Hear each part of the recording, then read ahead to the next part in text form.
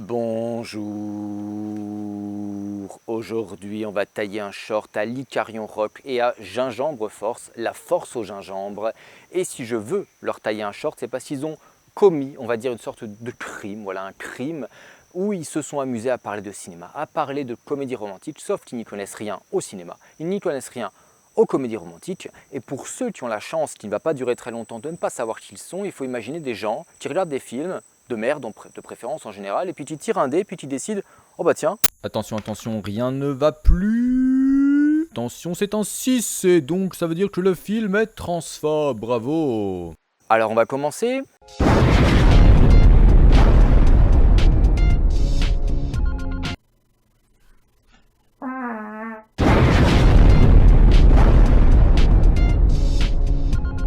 Oui, on est parti sur une blague de paix. C'est-à-dire que le mec qui te fait la morale, d'accord, qui te fait la morale pour te dire non, tu peux pas faire ça, c'est de l'humour oppressif, tu peux pas faire ça, c'est de l'humour, c'est méchant, tu vois.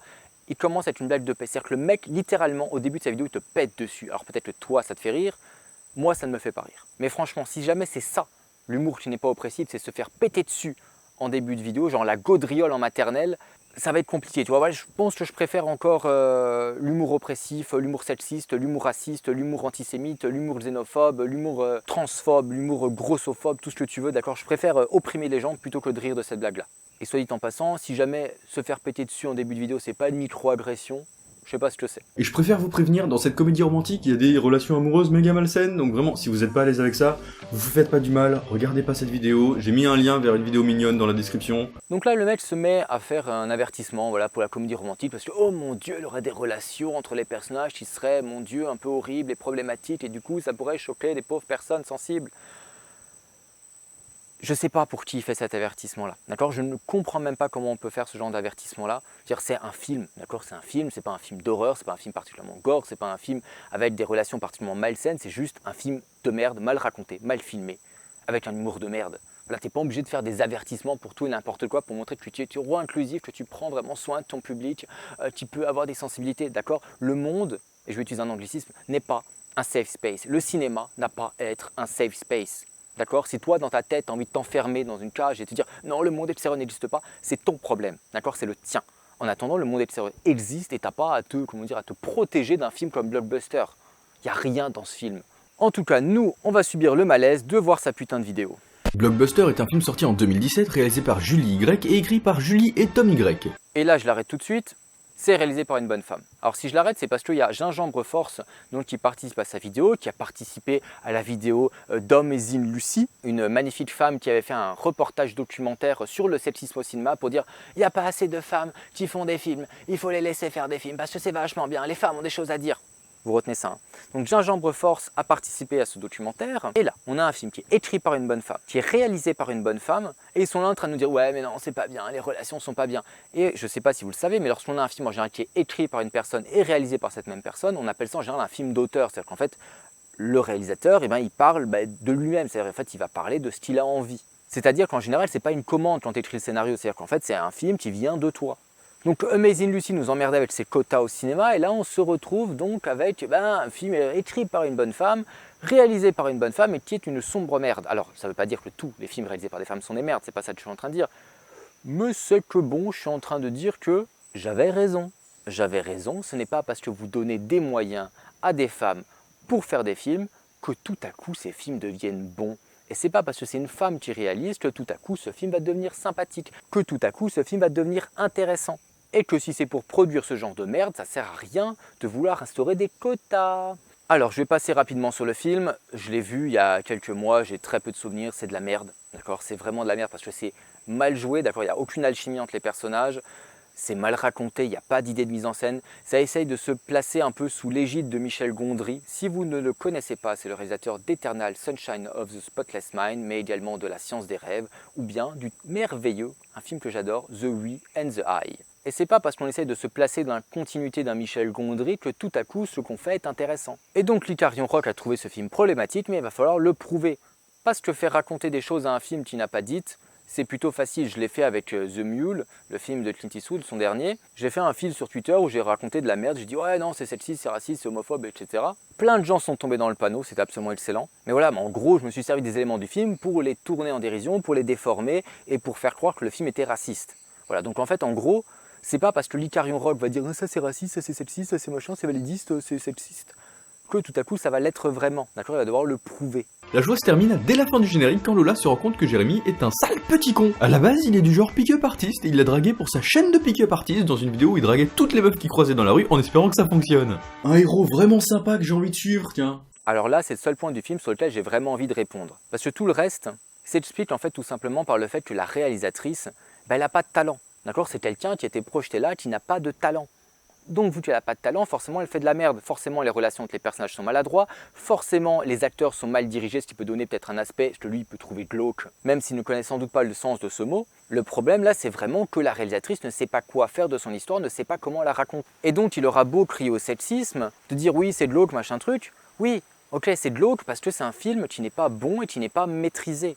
La réalisatrice aurait sans doute aimé que le couple qu'elle filme fonctionne, que l'alchimie à l'écran marche, et que tout simplement, elle fasse un bon film. Je pense qu'elle aurait adoré faire ça. Sauf que c'est pas le cas. C'est pas le cas tout simplement parce qu'elle n'a pas de talent. Elle n'a pas de talent, on va pas lui en inventer. Donc voyez pas Blockbuster, c'est une perte de temps. Mais là, franchement, le fait de venir reprocher que le personnage principal, dès le début, en fait, c'était un dragueur de rue, et qu'il a dragué plein de filles. Attendez, c'est quoi le problème là? C'est draguer c'est mal, c'est ça? Moi, j'ai pas voté pour ça aux dernières élections, j'ai pas voté draguer c'est mal. Qui a décidé que draguer c'était mal et que draguer dans la rue c'était pas bien? Et là on assiste à un vrai défaut du film, un défaut du film que l'Icarion Rock en fait tout simplement ne remarque pas, c'est qu'en fait le couple au départ se sépare pour rien du tout, c'est-à-dire qu'en fait c'est un quiproquo, c'est-à-dire qu'en fait tu peux parfaitement tomber amoureux d'une fille, mais au départ tu la draguais juste pour rigoler. Et puis finalement, au fur et à mesure, à force de lui parler, à force de la côtoyer, tu es vraiment tombé amoureux d'elle. C'est ce qui se passe notamment dans La Discrète avec Fabrice Lucchini. En gros, le mec qui drague une fille, au début, c'est juste pour être méchant avec elle, pour la quitter, pour lui briser le cœur. Et finalement, il se rend compte qu'il tombe de plus en plus amoureux. La fille qu'il trouvait moche au départ, il la trouve de plus en plus belle. Forcément, la fille la prend et puis elle le quitte. Mais disons que lui, dès le départ, il émet un jugement moral sur ce mec qui n'a rien demandé pour l'instant. Il drague dans la rue, ok, il drague dans la rue, il a une phrase d'accroche, il essaie de draguer. Et finalement, il est tombé amoureux de cette fille-là. Moi, ça me semble ni surprenant, ni bizarre, ni glauque, ni quoi que ce soit. D'ailleurs, il y a un film très récent qui s'appelle Asako 1 et 2, où c'est plus ou moins la même histoire. Cette fois, c'est une fille qui est amoureuse d'un mec beau gosse et tout, etc. C'est un film japonais. Le mec disparaît, et puis elle rencontre son sosie. Et donc au début, elle croit que c'est son ex et tout, et puis elle est un peu perturbée, et puis finalement, elle commence à sortir avec lui et à envisager une vie avec ce type-là. Sauf que forcément, le mec un jour, il le découvre, mais vu qu'on n'est pas dans un film pour gamins attardés mentaux, et là, le mec se dit pas « Oh bah tiens, je vais te quitter parce qu'en fait, au départ, tu m'as dragué, mais en fait, c'était juste pour mon physique, parce que je ressemblais à ton ex. » Disons que le film est un peu plus malin que ça. Bref, là, c'est clairement un problème d'écriture, c'est un problème de quiproquo de merde qu'on sert dans toutes les comédies romantiques. D'accord, ça, ils l'ont pas servi dans leurs clichés, mais c'est les quiproquos de merde, où en fait tout pourrait tout simplement s'expliquer si les gens y prenaient simplement le temps de se parler, mais ils ne le font pas, ils préfèrent l'hystérie, la crise, etc. Et vu qu'on ne sait pas écrire des histoires, les personnages se séparent, alors qu'en fait ils auraient juste pu discuter, comme c'est le cas dans Asako 1 et 2, et puis se rendre compte qu'ils sont très bien ensemble. Même si dans Asako 1 et 2, ça part en vrille un peu plus tard. Et en fait, toute sa critique du film, c'est pas une critique du film, c'est pas une critique de cinéma, il aurait pu faire la même critique sur un jeu vidéo, il aurait pu faire la même critique sur un livre, sur une bande dessinée, sur une pièce de théâtre, sur un opéra, sur ce que vous voulez. En fait, ce qu'il fait, c'est que lui, il critique l'histoire, vite fait. Lui, il ne s'intéresse pas aux qualités propres cinématographiques d'un film. Blockbuster n'en a pas, ça sert à rien de chercher, il n'en a pas. Mais il aurait pu le signaler, dire oui, c'est pas très bien réalisé, là c'est pas très bien joué, bon voilà. Parler tout simplement de la mise en scène, il ne le fait pas, il n'est pas capable de faire ça. En gros, ce qu'il fait, c'est qu'il prend l'histoire, il la sort de son contexte, du contexte de son média, et puis il dit oh c'est pas bien. Alors je sais bien que pour beaucoup le cinéma c'est peut-être parfois juste raconter une histoire, sauf que la manière avec laquelle on la raconte est importante également. Si vous jouez à un jeu vidéo, vous avez envie que lorsque vous prenez votre manette en main, ça soit jouissif, d'accord, que vous preniez du plaisir à y jouer, que le personnage réponde bien, que vos actions aient un impact à l'écran, tout simplement que le gameplay soit réussi. Et là c'est pareil au cinéma mais avec la mise en scène. Donc là pour moi il ne parle à aucun moment de cinéma. Il n'est pas capable de parler de cinéma, il n'est pas capable de parler de mise en scène. Il y connaît que dalle. Il ne fait que parler de morale. C'est un moralisateur. Je m'en veux de ne pas avoir été là à côté de lui quand vous êtes partis.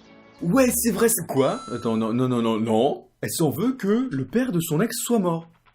Sérieux? Ce film met la faute de la mort d'un mec qui avait un cancer sur elle. Bon, je tombe juste là-dessus vite fait au montage, on voit quand même bien sa technique de manipulation, parce qu'en fait ce qu'elle dit la fille, c'est pas qu'elle s'en veut de la mort du père, elle s'en veut de ne pas avoir été là quand son père est mort. Bon voilà, donc en fait, l'Icarion Rock ne suit même pas le film qui ferme sa gueule. Le truc, c'est que Blockbuster reprend pas mal de codes relatifs au rom-com, qui n'est pas réputé pour être le genre le plus safe du monde. Un genre pas très safe. C'est quoi ça, un genre pas safe? Bon, déjà, commence à parler en français, petite, mais surtout, ça veut rien dire du tout.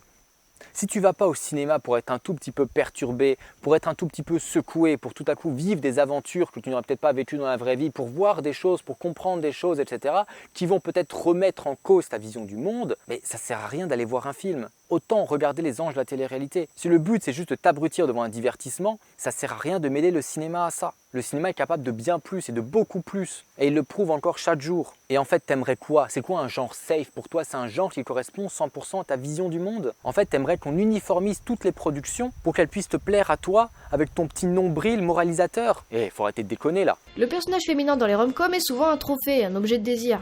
Là, j'ai envie de dire, prouve-le. Prouve-le, putain. Prouve-le.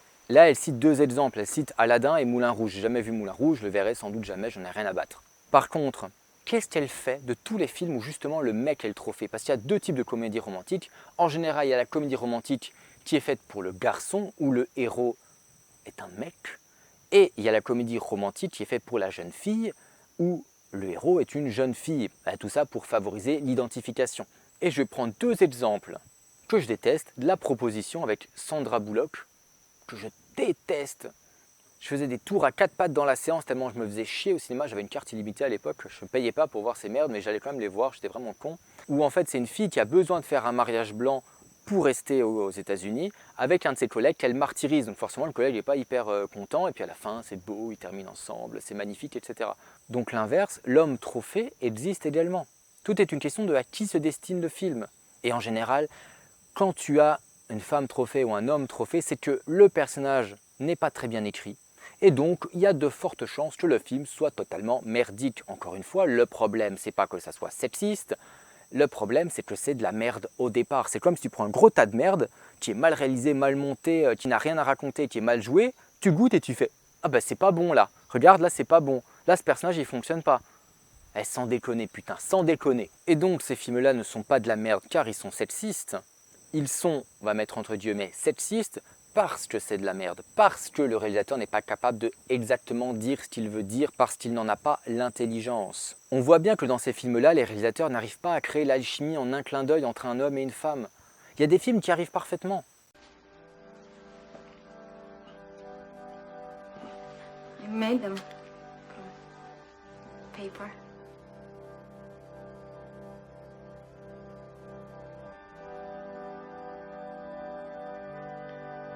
If I ever get the money, I'd like to make them out of cloth, silk.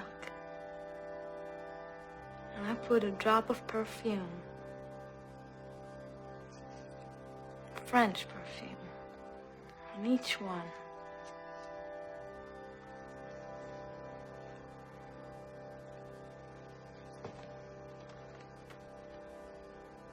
What does it smell like? Paper. Well, it is paper.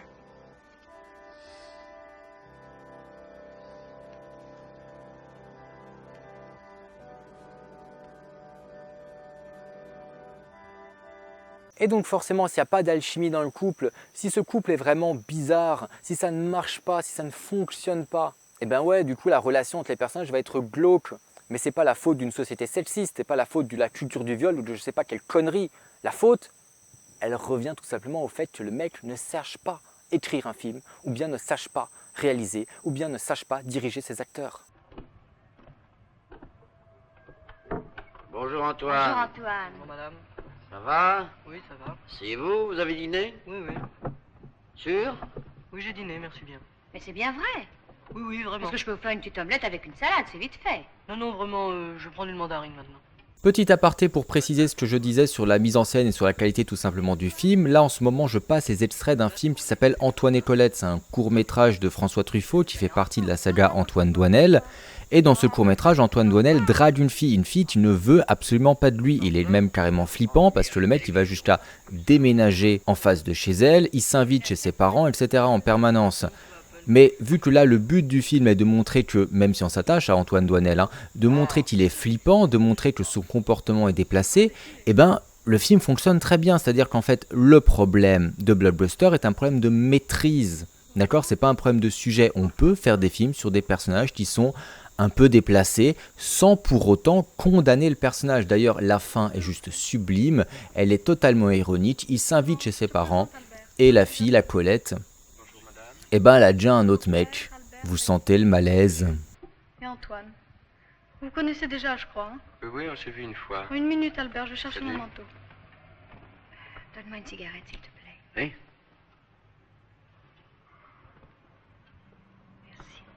Ça y est, hein, je suis prête. On se tire. Salut.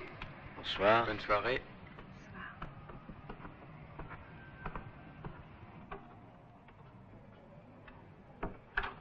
Bon. Si on regardait cette émission. Du feu, s'il te plaît.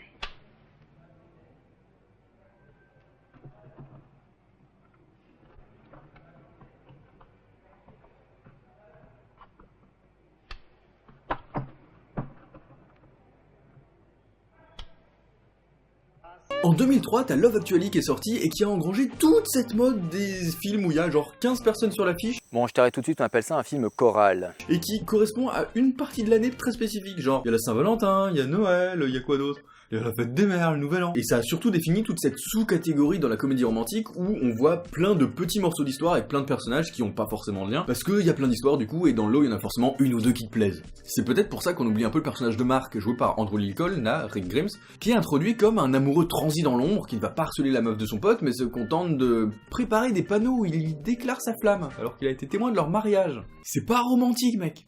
C'est glauque. C'est très très glauque. Alors je suis désolé, mais là, je pense que personne n'a trouvé cette scène-là glauque, et au contraire, tout le monde la trouvait terriblement triste et terriblement mignonne. Disons que ça permettait dans Love Actually d'avoir des histoires qui se terminent bien, étonnamment bien même, et puis d'autres qui sont un peu plus tristes, d'être un tout petit peu plus mélancoliques. Qu'est-ce que tu vas inventer pour dire que c'est glauque? Le mec force pas la fille, d'accord, il la force pas. Elle a l'air réceptive, elle a l'air d'avoir aussi un peu le béguin pour lui. Et je suis désolé, on peut aimer deux personnes à la fois, elle peut être très amoureuse de son mari et puis quand même avoir un petit faible pour son pote. T'aurais préféré quoi? Une fin à la Cyrano de Bergerac, genre le mec il va crever dans un gros truc tragique en disant « Non, je garde pour moi ce secret, non, jamais tu me le feras dire. Comment ça, attends, tu le devines? Non, non, c'est horrible. » Attends, on va arrêter, c'est bon quoi, les gens ils peuvent se parler aussi à un moment donné. En plus, je suis pas un amateur de Love Actually, mais cette scène-là ne me semble en rien problématique, au contraire, elle est même peut-être plutôt mignonne. La fameuse poursuite à l'aéroport. Ça pue un peu du cul. C'est rarement bien utilisé cette histoire. C'est souvent la meuf qui a eu le cœur brisé et qui prend un billet pour une destination lointaine, parce que quand on est triste, on n'a qu'une envie, c'est de claquer 1000 boules dans un billet d'avion. Ça veut dire basiquement que tu peux faire toute la merde possible et imaginable avec une meuf, tant que tu la poursuis à la fin et que tu l'empêches de faire ce qu'elle veut tout en invoquant des grandes raisons cosmiques comme le destin, l'âme sœur ou le houmous, bah ça passe. Elle a raison, le problème c'est que c'est bien souvent mal fait. Mais c'est trop facile de dire oui, c'est bien souvent mal fait, mais la plupart des films sont bien souvent très mal faits. Je le redis, alors c'est une statistique qui sort de mon cul, mais je pense que 90% des films qui sortent sont des pures merdes. D'accord, il y a peut-être 10% qui surnagent, et dans ces 10%, il y a peut-être 1% de bons films ou de chefs-d'œuvre. Parce que moi, je peux vous donner un exemple où c'est très bien fait, je peux vous expliquer pourquoi est-ce que c'est bien fait. On va prendre City Girl de Murnau, ou L'Intruse, il me semble qu'il y avait un titre français fut un temps qui s'appelait L'Intruse. Alors c'est un très vieux film, il date de 1930, donc c'est muet, voilà, bon, ça va vous faire un peu les pieds. Et première chose, on voit directement l'alchimie entre les personnages. On voit que ce garçon et cette fille s'aiment.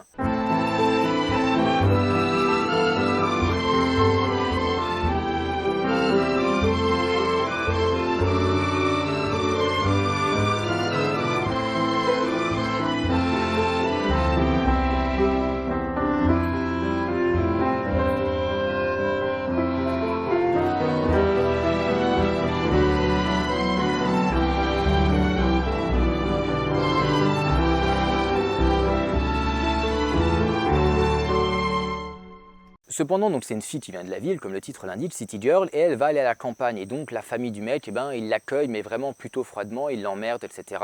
Et puis finalement, la fille, elle décide de partir. Elle voit que elle n'est pas aimée ici, qu'elle est en trop, et que de toute façon, elle s'adaptera jamais. Elle part, et là, le mec, il combat tous ses adversaires, il combat tous ses opposants et il court rechercher sa dulcinée. Et là, c'est bien fait, parce qu'en fait, la fille, elle a une raison de partir, d'accord? Elle part parce qu'elle était chez la famille de son mec, qu'elle ne supporte pas, qui la harcèle, et donc elle part. Lui, il règle le problème avec sa famille, il peut retourner la chercher, lui rappeler les bons souvenirs qu'en fait, finalement, au fond d'eux, ils s'aiment malgré les dissensions créées par sa famille, et il peut la ramener. Et ça marche parce qu'on a vu leur amour au début du film. On a vu que leur amour était contrarié par la famille. Et on sait que maintenant, ça peut fonctionner. Donc là, c'est très bien fait. Il n'y a pas de problème. Alors, 1930, il n'y avait pas d'aéroport. Mais le principe de la fin est le même. Un mec qui court après une fille pour la rattraper avant qu'elle ne le quitte à tout jamais. Les héroïnes ont plusieurs fonctions clés dans les rom-coms. Elles peuvent être de pauvres petites choses perdues, ayant besoin d'un homme pour se stabiliser et arrêter de faire n'importe quoi, comme Kristen Wiig dans Bridesmaid en 2011, qui a une vie de merde et végète avec un plan cul jusqu'à ce qu'elle trouve enfin un mec bien qui la remette dans le droit chemin. Là, franchement, je suis un peu dépité. Parce que là, Gingembre Force, elle est en train de raconter une énorme connerie. Elle est en train de râler parce que dans certains films, les femmes ont besoin d'un homme pour se stabiliser. Dans quelques secondes, elle va râler parce que dans certains films, les hommes ont besoin de femmes pour se stabiliser. En gros, le film, il ne peut pas gagner. Et en plus, c'est un flic. Putain, je sais même pas quoi dire. Je sais même pas quoi dire face à tant de conneries. C'est quoi le problème avec le fait que le mec dans le film soit flic? C'est quoi le problème? Alors toi, tu n'aimes pas les policiers, mais c'est ton droit, mais on s'en bat les couilles. Dans l'histoire, elle tombe amoureuse d'un flic, elle tombe amoureuse d'un flic, c'est quoi le problème? Est-ce que c'est-à-dire que tous les flics devraient terminer célibataires d'après toi? Enfin, c'est quoi ce truc bidon? Mais le cliché qui à titre personnel m'insupporte le plus, c'est celui de la Manic Pixie Dream Girl. Alors, c'est un personnage féminin, souvent joué par Zooey Deschanel. Ok, Zooey Deschanel, ok, très bien. Dans quel film? Parce que souvent joué par Zooey Deschanel, je pense que tu as, je sais pas, une dizaine de films au moins souvent joués par Zooey Deschanel. Je pense que voilà, il y a souvent. Ouais, parce qu'en fait, j'en vois deux des films, d'accord? Je vois très peu de films en fait, tout simplement, où elle a eu le rôle féminin principal. J'en connais 3. D'accord, je vois Phénomène de M. Night Shyamalan, je sais pas quoi là. Phénomène, bon voilà, qui n'est pas spécialement une comédie romantique très délurée. Il y a Yes Man avec Jim Carrey, où là, oui, effectivement, un peu. Et puis il y a 500 jours ensemble. Donc ça fait 2 putains de films. 2 putains de films. Alors peut-être que j'en ai laissé passer un 3e, mais même 3. Ça ne veut pas dire qu'elle est souvent jouée par Zooey Deschanel. Là, c'est toi qui as pris un exemple et qui as rajouté devant l'adverbe souvent. Voilà, tu sais pas pourquoi, mais tu t'es dit « Ah oui, c'est pour appuyer mon propos ». Je mens sciemment pour appuyer mon propos. C'est ça que tu es en train de faire. Tu mentir sciemment pour appuyer ton propos. Non. Ton truc, la Dream Pixie Girl, je sais pas quoi là, je sais pas d'où ça sort, n'est pas interprété souvent par Zooey Deschanel. Donc oui, je suis désolé, tu dis de la merde. Tu dis de la merde. Un peu en dehors de la réalité, fantasque mais pas extraverti d'un point de vue sexuel, faut pas déconner. Pas extraverti sexuellement, mais on s'en bat les couilles. Enfin, c'est quoi ton problème? Tu veux quoi? Qu'on montre qu'en fait, elle pratique le sadomasochisme?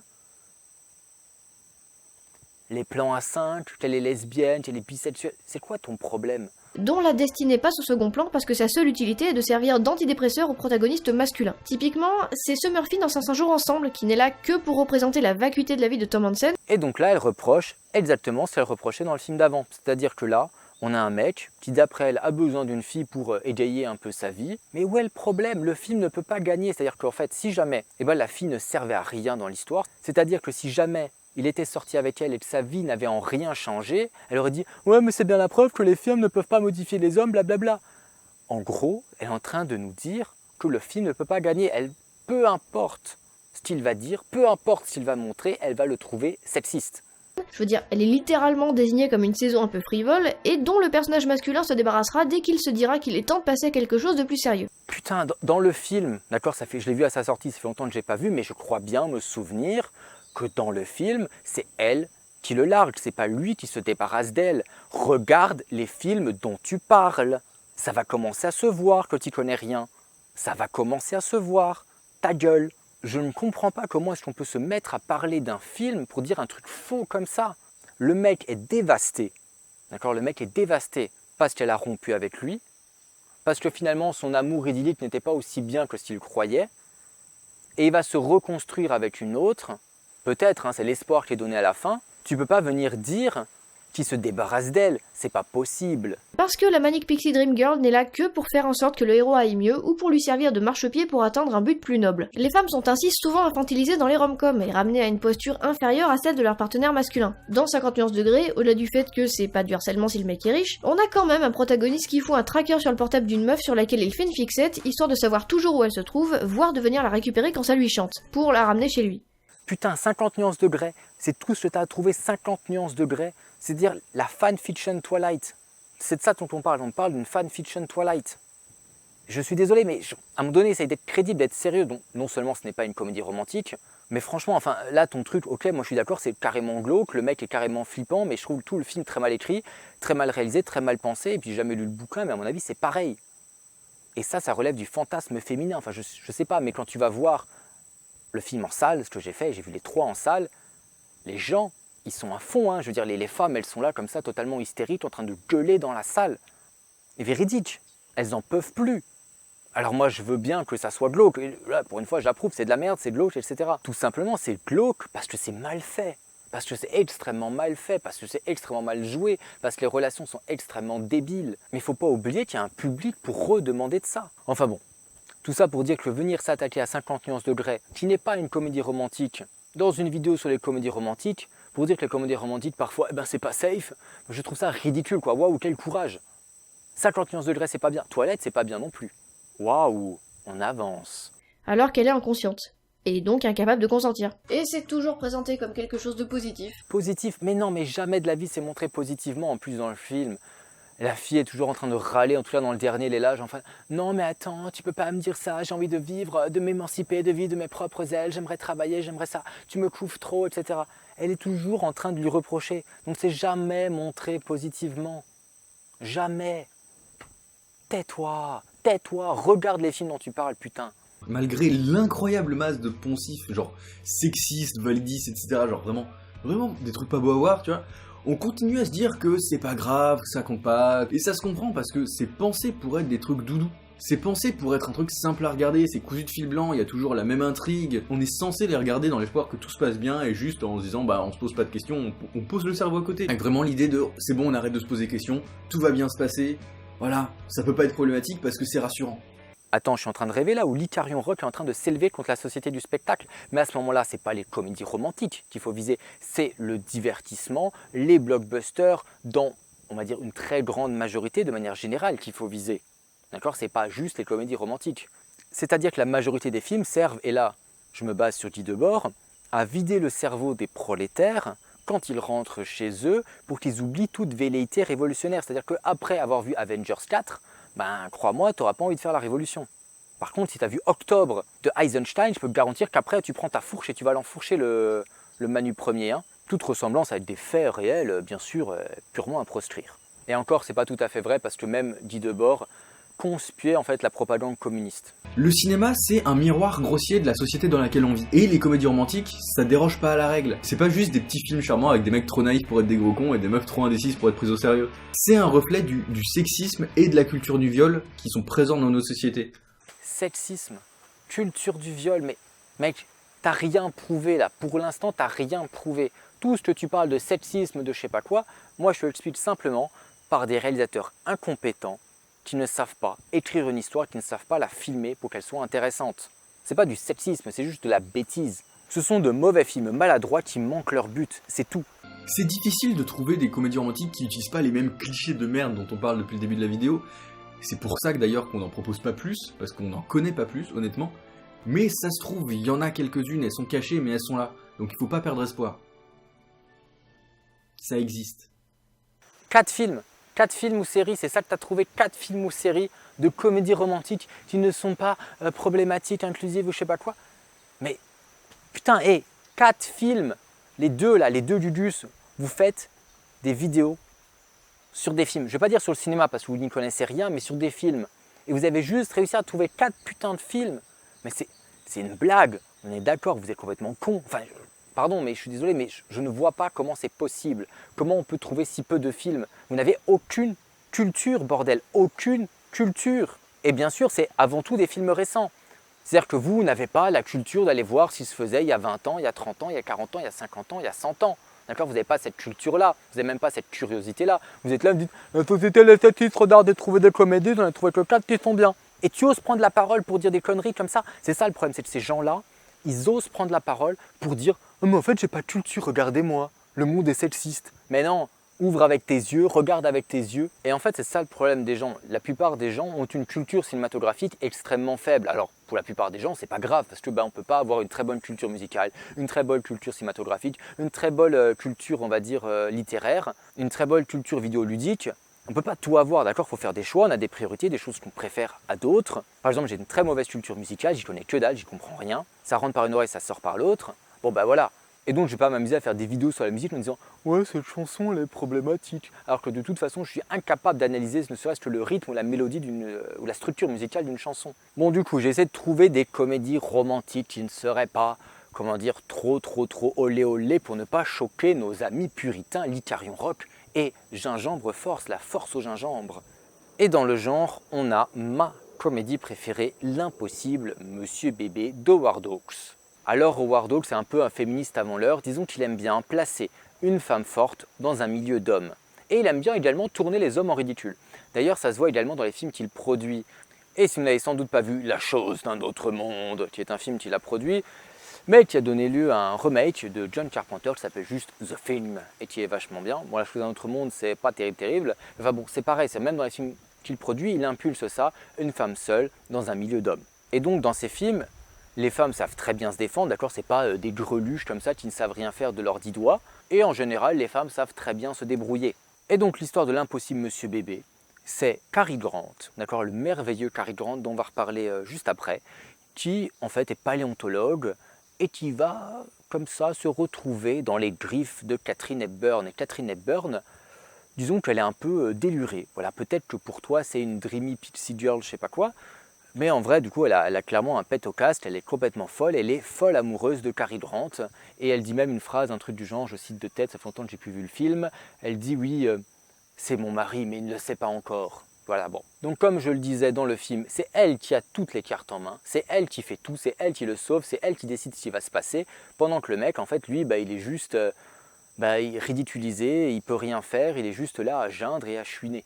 Et c'est absolument jubilatoire. Et même dans un autre film de Howard Hawks qui s'appelle Le sport favori de l'homme, en fait le sport favori de l'homme c'est un film sur la pêche, et vous me voyez venir, non, le sport favori de l'homme ce n'est pas la pêche, ce sont les filles. On pourrait se dire, oh mon Dieu, sexisme! En fait non, parce que encore une fois on retrouve les schémas des comédies de Howard Hawks, et le héros c'est un gros bêta, d'accord, qui travaille dans un magasin de pêche, qui se fait passer pour le pro de la pêche, mais de sa vie il n'a jamais pêché. Donc quand il se fait inviter à une compétition de pêche, il a juste l'air d'un crétin fini. Tandis que les filles, elles, ont bien l'ascendant sur lui. Donc rien que là, ça fait 2 comédies chez Howard Hawks et il y en a d'autres, j'en mettrai à la fin de la vidéo. Pareil dans le genre, on a Billy Wilder qui a fait énormément de comédies. Et la plus connue, c'est sans doute Certains l'aiment chaud, avec Marilyn Monroe, avec cette fameuse phrase de fin, Nobody's perfect. Donc personne n'est parfait, alors vous avez sans doute entendu cette phrase, mais vous savez peut-être pas quel est le contexte. Le contexte, c'est un mec qui se travestit, d'accord, qui se déguise en femme, pour je sais plus pour faire quoi, pour passer un peu inaperçu. Et puis tu as un mec à la fin du film, il est là, il fait non mais je t'aime et tout, je t'aime, etc. Et puis tu as le mec qui fait mais non, mais ça va pas se passer comme ça. Et puis il enlève sa perruque, il fait mais je suis un homme. Et puis il lui dit personne n'est parfait. I'm a man. Well, nobody's perfect.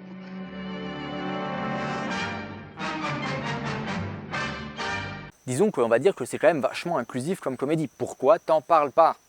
Pourquoi t'en parles pas? À moins que ça soit homophobe, mais à ce moment-là, il va falloir bien chercher pour trouver que c'est homophobe.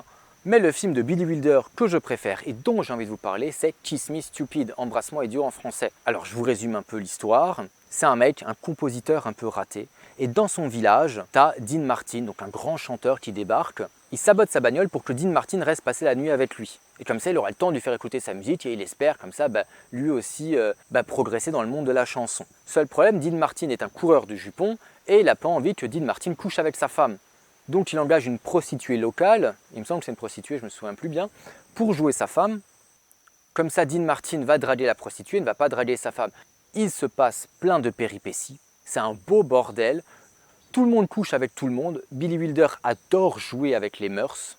Il y a des scènes qui sont exprès là pour provoquer. Je crois qu'il n'y a aucun cliché dans ce film-là, d'accord? Il n'y a aucun cliché, aucun truc qui a été repris même dans les films d'après. Enfin, ça me semble totalement jouissif de regarder ça encore aujourd'hui. Il n'a pas pris une ride, le film. Et encore une fois, dans ce film-là, c'est la fille qui a l'ascendant sur le mec. Autre film où la fille a l'ascendant sur le mec, Ariane de Billy Wilder. Encore une fois lui, et cette fois elle est jouée par, non pas par Katharine Hepburn, mais par Audrey Hepburn, magnifique Audrey Hepburn, qui va essayer de fricoter avec Gary Cooper, donc qui est un vieux séducteur, etc. Et donc elle va essayer de se faire passer, elle, pour une séductrice. Elle va essayer de le manipuler, jusqu'à qu'il tombe fou amoureux d'elle. En gros, là on a un film, une comédie romantique, avec une femme qui manipule un mec, et à aucun moment c'est glauque. Parce que c'est très bien réalisé, parce que les acteurs sont très bons, et tout simplement, le film est 100% maîtrisé. Il n'y a pas à un moment des acteurs qui ne savent pas quoi faire et qui regardent l'actrice comme ça de manière un peu flippante parce que ils ne savent pas quoi faire de leur corps. Les acteurs sont très bien dirigés. En plus, ce sont deux très bons acteurs. Et toujours avec Audrey Hepburn, je ne peux que vous conseiller le film Charade de Stanley Donen. Si vous ne l'avez pas vu, vous arrêtez tout. Il est sur YouTube en VOST.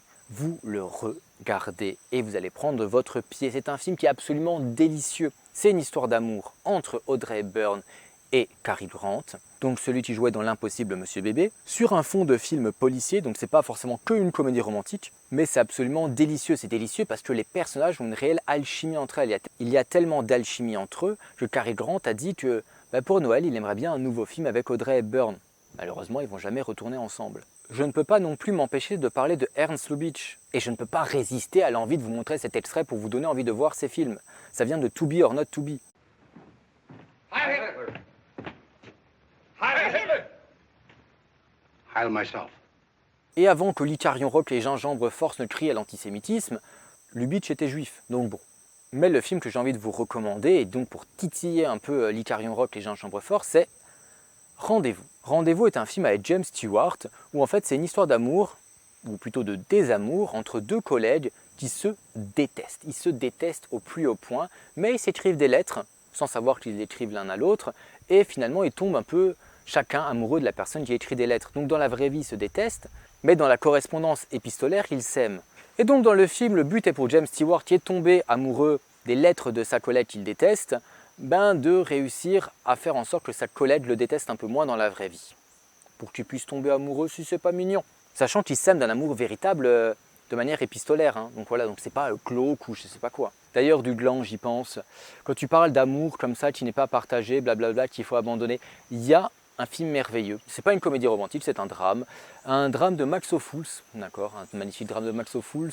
J'ai nommé Lettre d'une inconnue, adapté d'une nouvelle de Stefan Zweig. Ça en jette, hein, mais peut-être que tu vas nous raconter que c'est glauque d'avoir un film où une femme, juste avant de mourir, écrit une lettre à un ancien amant qui a détruit sa vie. Et d'ailleurs, de Max Ophuls, je ne peux que conseiller La Ronde. Alors La Ronde, c'est peut-être l'une des rares comédies qu'il ait faites. Enfin, comédie. En gros, c'est un film à sketch où tous les personnages vont à leur tour tomber amoureux puis se faire larguer les uns par les autres. Et s'il y en a qui vont dire « Gna gna gna gna gna, c'est trop vieux », j'ai envie de répondre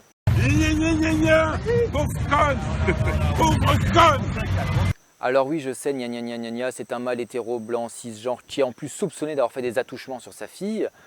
Oui, tu as vu que c'est que Ginger Force, la force au gingembre, adore, mais elle adore ça, c'est-à-dire la présomption d'innocence. Elle adore ça. Oui, elle adore ça. C'est vraiment sa passion.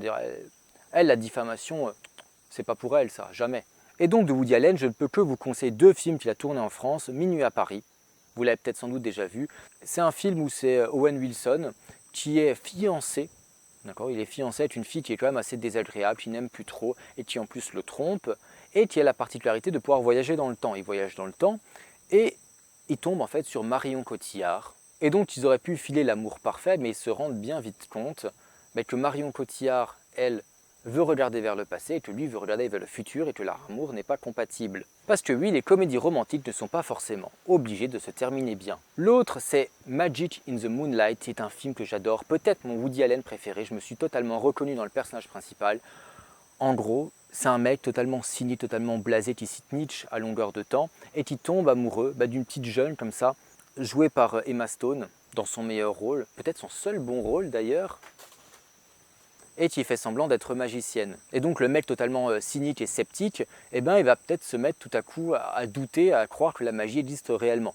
Moi j'ai trouvé ça absolument enchanteur, et c'est pas une Dream Pixie Girl, je sais pas quoi, comme notre magnifique Gingembre Force l'a dit, tout simplement parce qu'à la fin il se débarrasse pas d'elle, au contraire il tombe tout à fait amoureux. Donc là, j'ai donné quelques exemples de films, peut-être que vous ne les connaissiez pas, mais en gros, n'importe quel cinéphile, en général, les connaît ou les a vus. Donc là, je ne suis pas allé chercher de très loin des comédies hongroises, obscures, pour vous dire « Mais non, regarde, il y a des comédies qui ne sont pas oppressives, qui existent. » J'ai juste tapé dans les classiques des classiques. Howard Hawks est très connu, Billy Wilder est extrêmement connu, Stanley O'Donovan également, et on ne va pas me faire croire que quelqu'un en France ne connaît pas Woody Allen. Et donc là, on voit bien que ces deux Gugus, soit ils ont menti pour faire genre « Ouais, mais attends, la comédie romantique, en fait, tu vois, le monde est trop sexiste », et ils ont volontairement diminué le nombre de comédies romantiques qui n'étaient pas sexistes ou je sais pas quoi, pas problématiques, inclusives, etc. Ou soit c'est juste des ignares, il n'y a pas d'autre possibilité. Soit c'est des ignares qui font des vidéos sur le cinéma alors qu'ils n'y connaissent rien et qui feraient mieux de ne pas parler de cinéma, et tant qu'à faire d'arrêter de faire de la morale d'esclave parce que tout simplement ils se ridiculisent, mais il n'y a pas d'autre choix. Des menteurs ou des ignares, t'es lequel des deux?